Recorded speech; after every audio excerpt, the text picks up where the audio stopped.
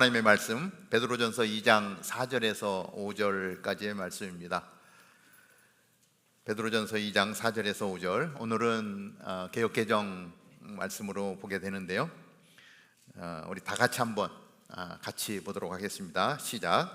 사람에게는 버림받아 되었으나 하나님께는 택하심을 입은 보배로운 산돌이신 예수께 나아가 너희도 산돌같이 신령한 집으로 세워지고 예수 그리스도로 말미암아 하나님이 기쁘시게 받으실 신령한 제사를 드릴 거룩한 제사장이 될지니라. 아멘.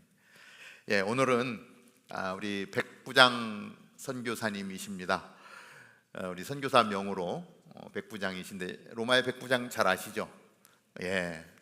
우리 선교지에서 섬기시기 때문에 본명보다는 우리 선교사 명으로 이렇게 사용하고 있는데, 엔드게임이라고 하는, 끝내기라고 하는 제목으로 이 시간에 오셔서 귀한 말씀을 전해 주시는데, 우리 마음 깊은 곳에서부터 뜨거운 열정과 박수와 환희로 우리 선교사님 모시도록 하겠습니다.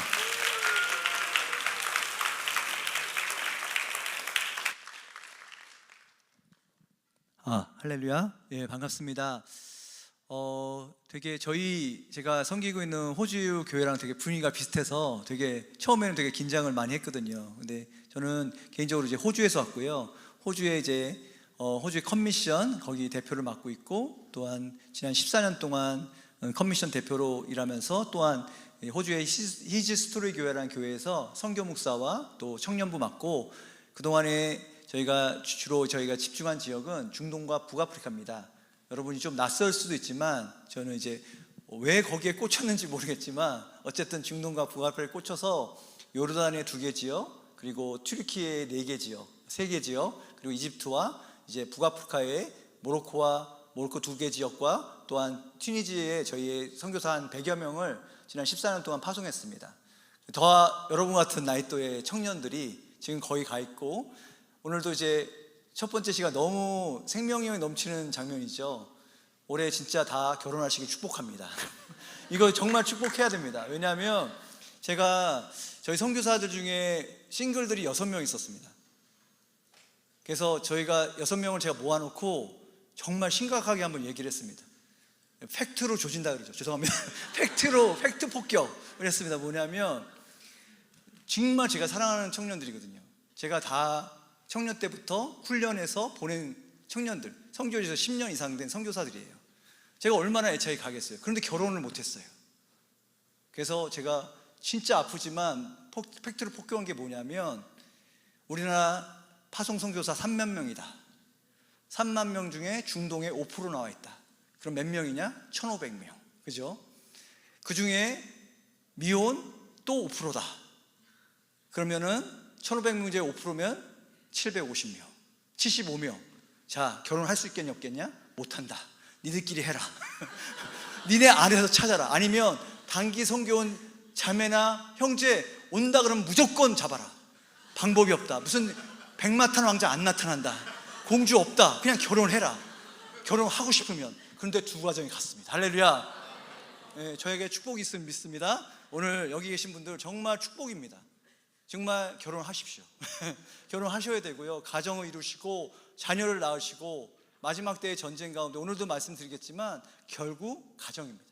결국 가정이 세워지고 그 가정을 통해서 하나님 나라가 확장되는 것들이 분명히 보여지는 것들이 있습니다. 다시 한번 축복드리고, 또 이렇게 귀한 자리에 또 초청해 주셔서 설수께서 감사합니다. 지난 제가 14년 동안 말씀드린 대로 중동과 북아프리카를 거의 호주에 6개월 있고 그 지역에 6개월 있고 거의 왔다 갔다 하면서 그렇게 살았습니다. 그런데 그렇게 하면서 제가 알게 된 건 뭐냐면, 지금은 선교를 시작할 때가 아닙니다. 사랑하는 여러분, 지금 선교를 시작할 때가 아니라 지금은 선교를 끝내야 될 때입니다. 이제는 끝내야 합니다. 그런데 그 고민이 들어오면서 뭐가 생겼냐면은, 그러면 어떻게 끝낼 것인가? 다 알죠. 선교를 끝내고 저희가 커미션이 외치는 말씀대로 이 천국 복음이 모든 민족에게 증거되기 위하여 온 세상에 전파되리니 그제야 끝이 오리라. 다 안단 말입니다. 그런데 어떻게 끝낼 것인가? 우리 한번 사진 한번 제가 좀 보여주시면 좋겠는데요. 이거는 제가 그림 이렇게 좀 요청드린 그림인데, 이거는 뭐냐면 그날 너무 고민이 돼서, 아니 도대체 어떻게 하면 성교를 끝낼 수 있지? 막 고민하는데 무슨 뭐 환상을 본 건 아니고요. 갑자기 제 안에 이런 그림이 그냥 떠올라서 저희 간사님한테 부탁드렸습니다. 혹시 이런 그림을 만들어 줄 수 있겠냐? 네, AI로 돌렸는데 너무 마음에 안 들어갖고 어디서 찾아냈어요. 아, 이거다. 이건데 사실은 사랑하는 여러분, 전 세계가 저렇게 바둑판처럼 보인다고 치면 저 돌이 지금 거의 다 깔렸습니다. 이해되시죠? 제가 지도를 보여드리려고 이 사진을 보이는 거지 사실 실제적으로는 거의 끝내기가 가까웠습니다. 세상에 복음이 바람처럼 전해지지 않은 지역은 거의 없습니다. 선교사가 거의 안 들어간 지역도 거의 없습니다. 이제는 다 들어갔어요. 그러면 아시다시피 바둑은 처음에는 포석이라고 해서 막 두지만 마지막이 가까울수록 뭐가 되냐면 끝내기, 엔드게임에 들어갈 때는 한 수 한 수가 중요합니다.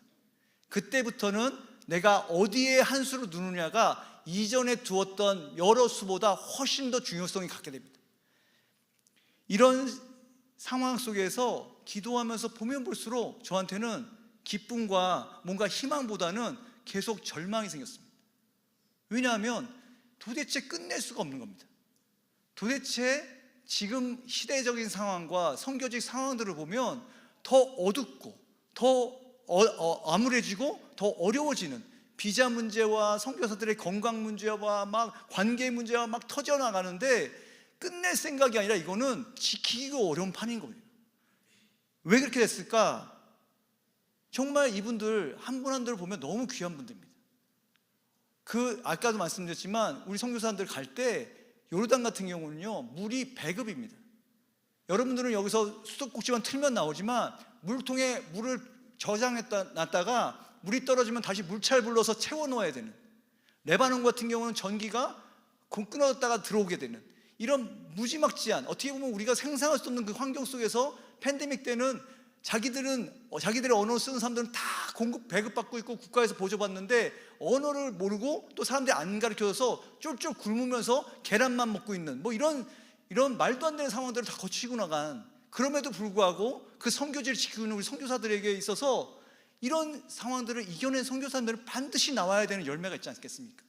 우리가 기대하는 열매가 있지 않겠습니까? 정말 초대교회가 일으켰던, 아니 위대한 선교의 세대의 믿음의 선배들이 일으켰던 그런 역사들이 분명히 일어나야 되는데 왜 일어나지 않는가? 왜 그때 영향력과 같은 영향력, 왜 우리가 그렇게 오늘도 찬양한 것지만 그런 부흥 왜 일어나지 않는가? 저는 절망스러운 거예요. 그런데 이 고민을 저만 한 게 아니더라고요. 이번에 만나뵀던 영국의 YM 선교사이신 수잔나 선교사님이 왕을 맞이하라는 책에서 동일한 고민을 하고 있는 걸 보면서 이 고민이 내 고민이 아니구나. 정말 저는 기대합니다. 정말 이게 끝내야, 진짜 예수님께서 다시 오셔야 정말 이 우리의 모든 것들이 끝나고 새로운 하나님 나라가 회복될 텐데 이것이 도대체 어떻게 끝날 것인가? 특별히 사랑하는 여러분, 선교지를 위해서 많이 기도해 주시면 좋겠습니다. 제가 그동안 했던 선교를 계속 보니까요, 지금은 어둠의 뎁스가 틀립니다. 그 어둠의 강도가 틀리고요, 홍과 땅의 질병의 그 면역력이 정말 강해졌습니다. 무슨 얘기냐면 우리 인간은 흙으로 지어졌습니다. 그래서 우리가 어떤 땅을 밟는 순간에 그 땅은 이미 부패해 있죠. 왜냐하면 그 2000년 동안, 특별히 이슬람 같은 경우는, 무슬림 지역 같은 경우는 1400년 동안 예배가 드려지지 않은 지역이에요. 그 땅의 부패함을 결국은 한 지역의 부패함은 예배로 말미암아 정화되고 예수님의 보혈로 깨끗이 씻겨야 되는데 그 작업이 안 일어나기 때문에 선교사님 들어가면 어떤 영향이냐면 바로 우리 선교사님들 안에 그 면역이 약한 부분, 마치 그렇죠. 여기 몇 주 전에 이제 산불이 났을 때 호흡기가 약하신 분들은 그거에 영향을 받잖아요. 마찬가지입니다. 어떤 지역에 들어가면 어떤 지역은요 이제 나라마다 틀린데 그 지역에 질병이 있습니다. 어떤 지역은 분열이, 어떤 지역은 분쟁이, 어떤 지역에는 막 음란이, 어떤 지역에는 말도 안 되는 막 이상한, 선교사님들 분명히 우리와 함께 신앙생활하고 교회에 함께 있었을 때 절대로 그런 분이 아니었는데 선교지 가면 막 이상해지는, 달라지는 관계의 문제도 드러나고 뭔가 부부의 문제가 드러나고 자녀에게서 이상한 현상이 나타나고, 그게 뭐냐면 바로 이런 면역, 우리 안에 있는 영적인 면역이 이제 약해졌을 때 공격을 받는 거예요. 그럴 때 뭐가 이것을 보호하겠습니까? 바로 기도라는 것이죠. 여러분, 저희가 이 땅에서 함께 예배하면서 그 땅을 바라보면서 해야 될 일은 뭐냐면 저희의 보호 기도가 필요한 겁니다. 그런데 이런 상황에서 결국 뭡니까? 결국 제가 알게 된 것은, 그러니까 결국 뭐냐면 어떤 선교를 끝내는 전략은 어떤 탁월한 프로그램이나 어떤 전도 전략이나 교회 개척 어떤 프로그램이 아니라 결국은 뭐예요? 사람입니다. 결국은 선교사님들이 최고의 전략입니다. 그분들이 그곳에서 그 자리를 지키고 계셔서 그곳에서 진지를 구축하셔야지 마지막 때 하나님께서 끝내는 각 사람들이 드러나기 시작할 때 끝낼 수 있다는 말입니다. 그런데 이것이 우리가 지금 생각하는 마지막에 우리가 이 선교를 끝내기 위해 중요한 파트인데 우리는 이것에 집중하지 않는다는 거예요. 많은 선교단체들이 어떻게 하면 교회를 빨리 개척할까, 어떻게 하면 빨리 효과적으로 효율적으로, 그러나 하나님의 방식은 다르다는 겁니다. 하나님의 방식은 다릅니다. 하나님의 방식은 철저하게 어디에 있습니까? 바로 여기 계신 저와 여러분, 그리고 선교지에 있는 선교사님들이 집으로 세워지는 것. 하나님을 집으로 세워졌어. 그건 무슨 말입니까? 호텔과 모텔이 아니라는 거예요. 하나님께서 왔다가 그냥 쉬다가 그냥 편하게 갔다가 그렇게 머무르시는 곳이 아니라 영원히 머무시는, 그래서 우리와 함께 영원히 거하는 그런 집으로 세워질 때 그때 하나님의 방식대로 풀어지게 되는데, 사랑하는 여러분, 근데 정확하게 이 개념을 갖고 있는 종교가 바로 이슬람입니다. 이슬람은 정확하게 세상을 두 개의 집으로 바라봅니다. 이슬람은 두 개의 집으로 세상을 보는데 첫 번째 집이 뭐냐면 다르 알 하르브입니다. 무슨 뜻이냐면 전쟁의 집입니다. 그리고 또 다른 집은 뭐냐면 다르 알 이슬람, 그거는 이슬람의 집입니다. 자, 그러면은 한번 볼까요? 미국은 다르 알 하르브일까요? 다르 알 이슬람일까요? 전쟁의 집일까요? 이슬람의 집일까요? 당연히 전쟁의 집이죠. 무슨 얘기입니까? 이곳은 전쟁을 통해서 뭐예요? 이쪽을 다시 이슬람 국가가 되게 하는 것이 그것이 마치 바로 이 땅을 회복하는 것입니다. 그게 알라가 원하는 거라고 생각하는 겁니다. 그게 성전의 개념입니다. 이해되십니까? 그러니까 무슨 얘기냐면 정말 이슬람은요 정확하게 이 건축의 개념, 영적 건축의 개념을 이해하고 지금 싸우고 있다는 겁니다. 그런데 우리는 어떻게 이해하고 있습니까? 우리는 지금 이 영적 전축의 전쟁에 대해서 어떻게 이해하고 있냐는 말입니다. 그런데 이것에서 가장 잘 이해했던 사도가 한 명 있었죠. 그게 바로 오늘 저와 여러분이 아까 봉독했던 그 말씀, 베드로전서 말씀에 나온 그것이 우리에게 지금 어떻게 집을 지을지, 그 집이 어떻게 이 성교를 완성하게 할지를 가르쳐주는 하나님의 교본입니다. 제가 다시 한번 베드로전서 2장 4절부터 5절 말씀 읽겠습니다. 사람에게는 버림바가 되었으나 하나님께는 택하심을 입은 보배로운 산돌이신 예수께 나아가 너희도 산돌같이 신령한 집으로 세워지고 예수 그리스도로 말미암아 하나님이 기쁘게 받으실 신령한 제사를 드릴 거룩한 제사장이 될지니라. 아멘. 자, 이 말씀은 베드로가 갑자기 생각해서 한 말이 아닙니다. 이해되십니까? 베드로가 갑자기 하늘에서 계시를 받아서 만 말이 아니라 이전에 받았던 말씀에 더 깊이로 풀어진 겁니다.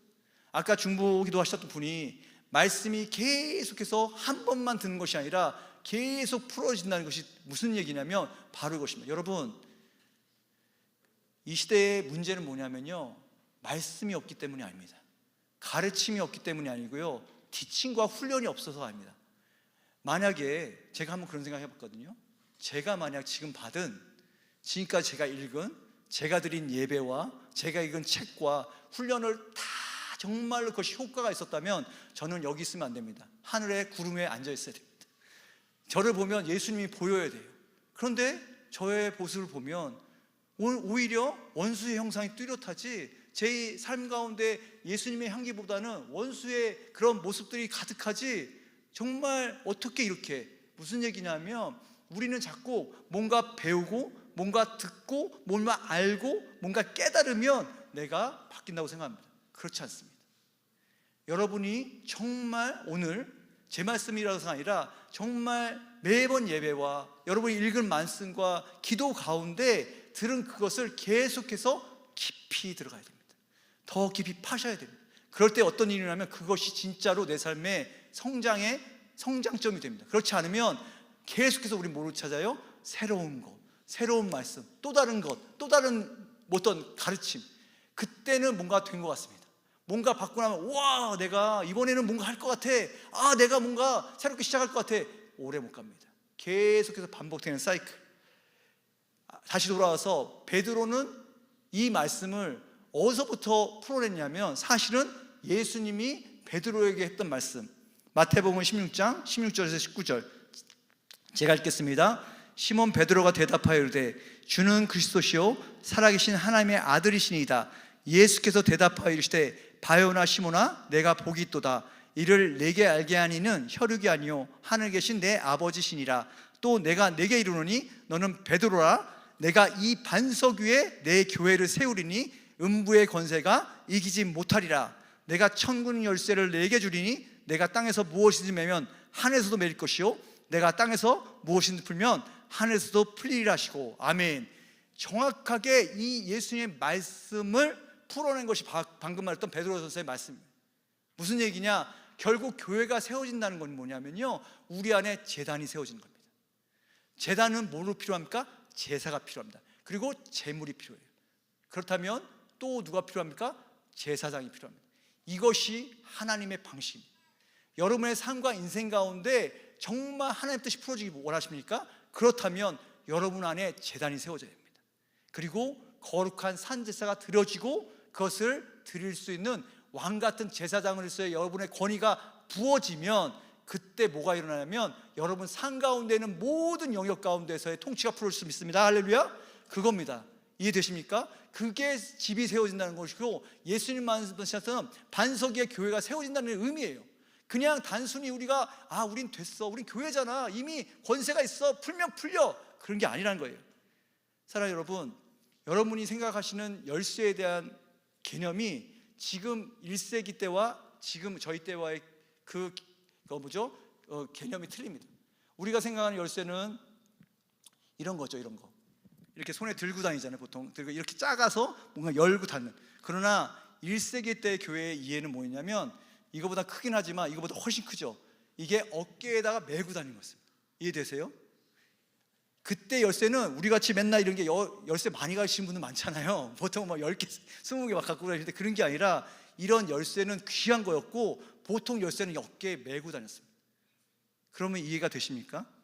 여러분, 어깨는 뭡니까? 함께 하는 겁니다.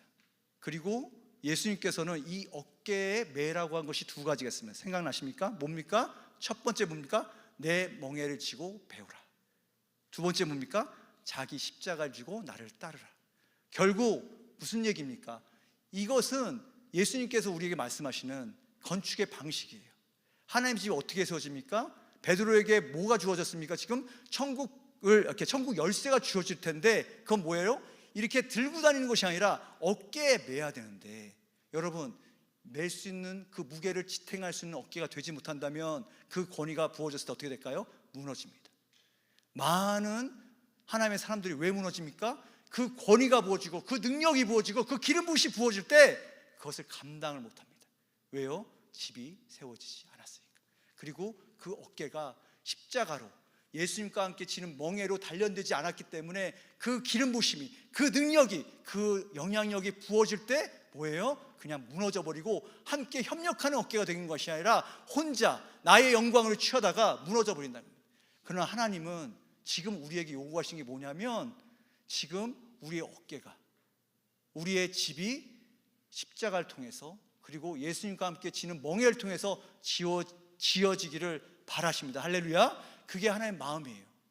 그런데 또 하나 중요한 것이 있습니다. 여러분, 건축은요 전쟁의 때는 건축할 수가 없어요. 맞지 않습니까? 전쟁 때 지금 막 우크라이나, 러시아, 이란 막 전쟁이 터지는데 그때 막 뭐 재건축 막 세적하고 뭔가 새롭게 짓는 사람들 없습니다. 왜 그렇습니까? 전쟁 때는 집을 지을 수 없어요.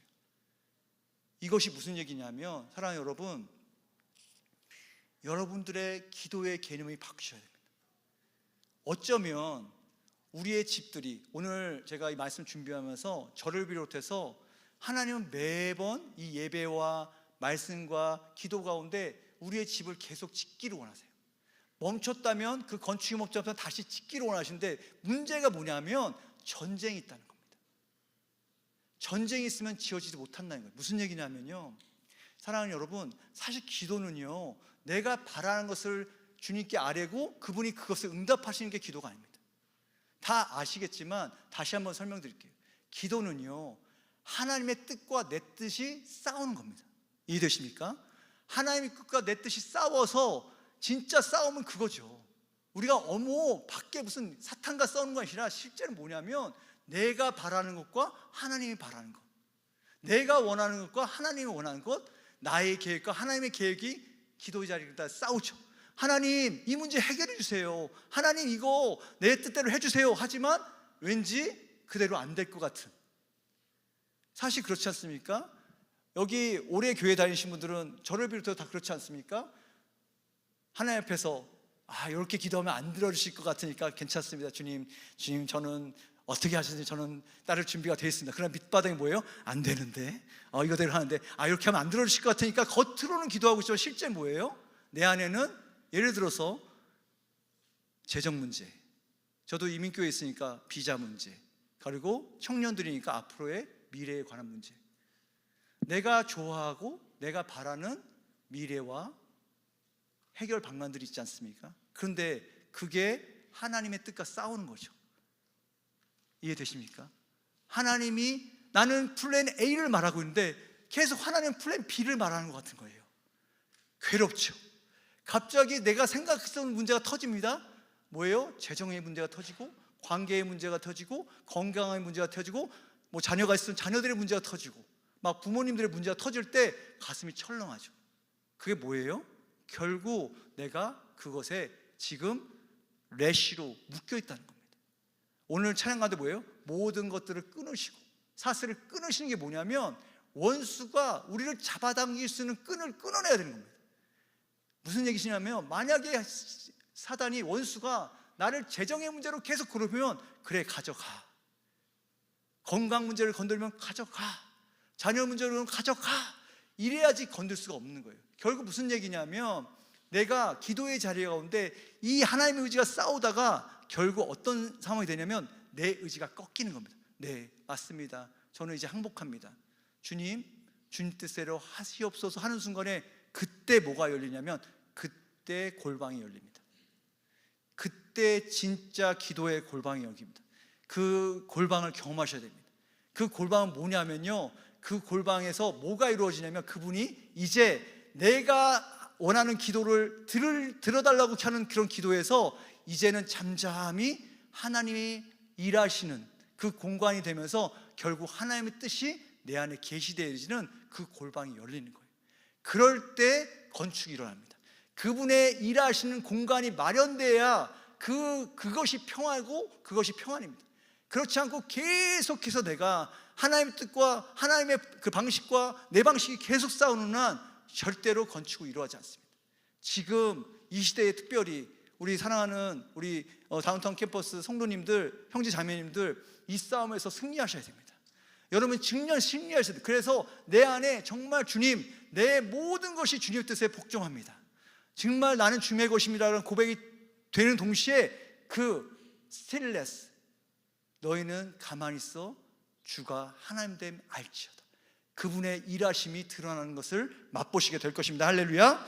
자, 그렇게 됐을 때 이제 어떤 일이 생기냐면, 이 건축이 계속해서 이루어집니다. 아까 말한 대로 만약에 한번 상상을 해보세요. 여러분들이 이 시애틀에서, 여러분 살고 있는 지역에서 여러분이 살 집을 짓는다고 하셨을 때, 여러분 그 집을 어떤 재료로 짓겠습니까? 그냥 판자 주워다가 대충 지으시겠어요? 아니면 쓰레기장 갖다가 대충 비닐로 막고 그런 집을 사고 싶은 사람 없어요. 값싸게 짓는 사람은 없죠. 아마도 할 수만 있다면 가장 값비싼 재료로 집을 짓기 원하십니까? 맞습니까? 다 그렇게 원하시죠. 마찬가지입니다. 영적인 건축도 마찬가지예요. 대가 지불이 필요합니다.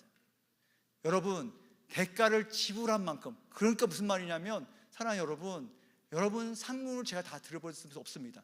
여러분도 저의 삶을 다 들여볼 수는 없겠죠. 하지만 여러분 문제 없는 사람 없고요, 정말 어려움 없는 사람 없고요, 그리고 여러분과 제 삶 앞에 무슨 어떤 고난이 있을지 몰라요.